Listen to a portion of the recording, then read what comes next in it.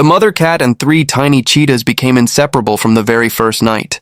No one on the farm could have imagined what would happen years later when those cheetahs returned.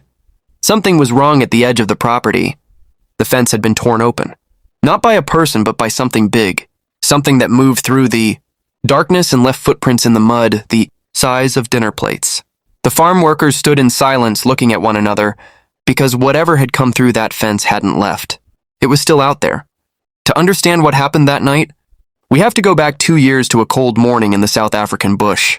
A ranger named Daniel arrived at a wildlife rescue center carrying a simple cardboard box. Inside that box, pressed together for warmth, were 3 newborn cheetah cubs. They were only days old, their eyes still closed. Their mother had been killed by a snare near the edge of a game reserve. The cubs needed milk. They needed warmth. Most of all, they needed a mother.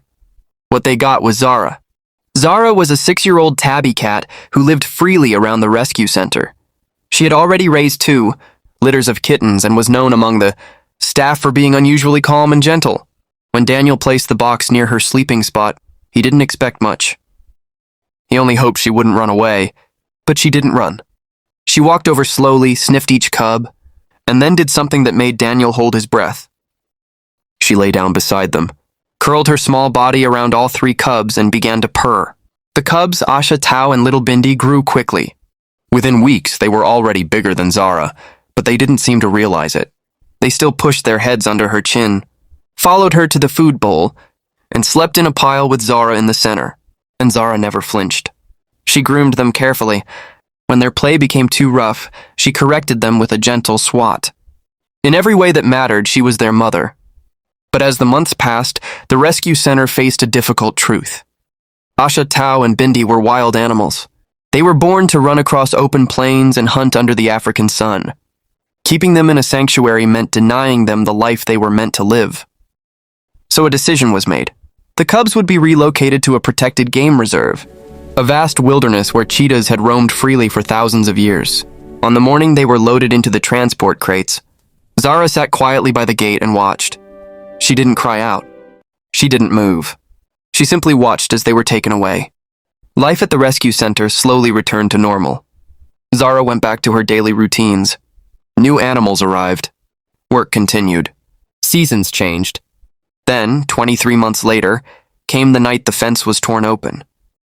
Daniel was the first to step outside with a flashlight. His boots crunched softly on the dry grass as the beam of light swept across the yard.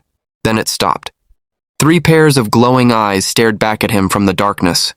About 40 feet away, Daniel's heart pounded in his chest.